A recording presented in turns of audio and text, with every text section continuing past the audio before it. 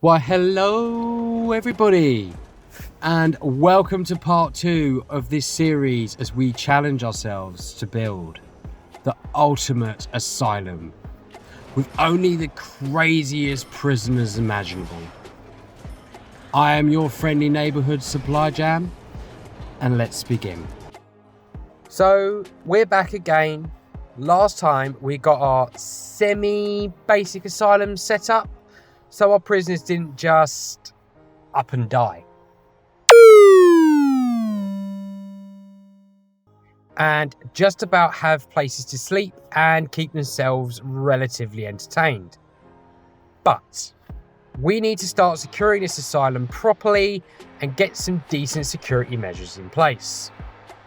We'll make a start on our offices, so we can get the remaining staff needed and shuffle over our lovely little finance lady and of course the warden over into their nice new fancy offices. And make way for a psychiatrist or two, which we are in desperate need of. Just need the one office built so we can clone and repeat the other 5. Simple. Let's remove these now. They won't be happy, but I'm sure they'll clock on quick and shuffle themselves over. And like flies around shit, the warden isn't messing about. He's straight in there. But it's all well and good having fancy offices and sorting our big guys out, but the little guys need their staff room. Otherwise, they're just going to pass out. They've been working 12 days straight now. Definitely don't think that's even legal, but hey ho, they won't have to carry on much longer once all the bits and pieces have been thrown in. Then they can chill. Finally. Now that's sorted, let's get our security up and running. We need all this to start fully securing this asylum, and then perhaps we can reduce the amount of staff we need. Got to watch those pennies now, don't we? But we can't make this happen without the research. So we want surveillance. And then later, CCTV improvement. Just so these guys are on the ball and with everything and don't miss a trick. One thing that we have neglected so far, that we sadly can't avoid for much longer, is their needs. This isn't helping when it comes to escape attempts and them battering the crap out of our guards. And exercise is one we need to knock off first. But getting CCTV down is more of a priority at this point. So they are going to be down every corridor and in all the key rooms, so nothing's going to slip past these guys. That should, and I emphasize should, prevent a lot of situations escalating with this lot. They'll be under constant observation, so nothing's going to slip past these guys. We can afford to get the rest of the security research done as well. It'll take time, but I'm sure we can crack on building whilst the chief does his thing. And there you go. CCTV hardly been up 5 minutes and caught an incident. Literally have sent an army of orderlies to calm this motherfucker down. To be honest, it's pretty overkill, but they ain't messing about, which we definitely like. I'm not going to complain. They might though.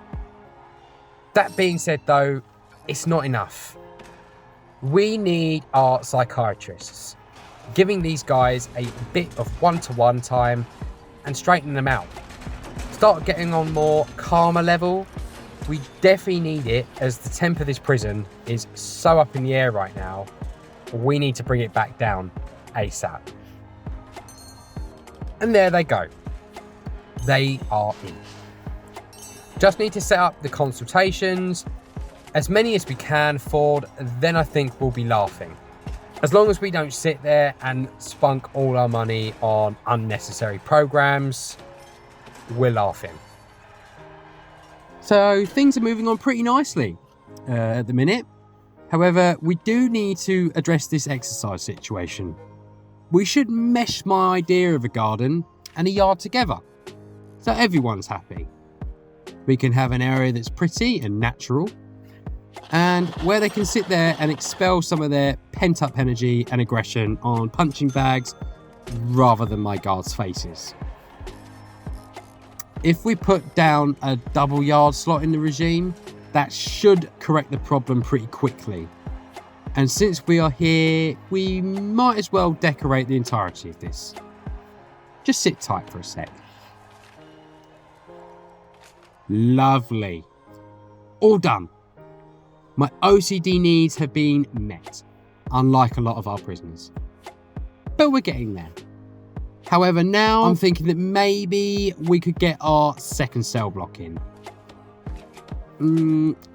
Fuck it. Why not? So the foundations have been laid, but we have no funds. So let's intake more and then build them somewhere to live. I love abusing this system. And we got our original cell block as our template. So all we need to do now is the government just need to fork out the cash, then we can just crack on with it. Another error has occurred to me. I've made it too symmetrical and it doesn't quite work when you flip it on the other side. Oh well, maybe we can put extra cells in later. This just needs to connect to the canteen if they are going to eat any time today or any day.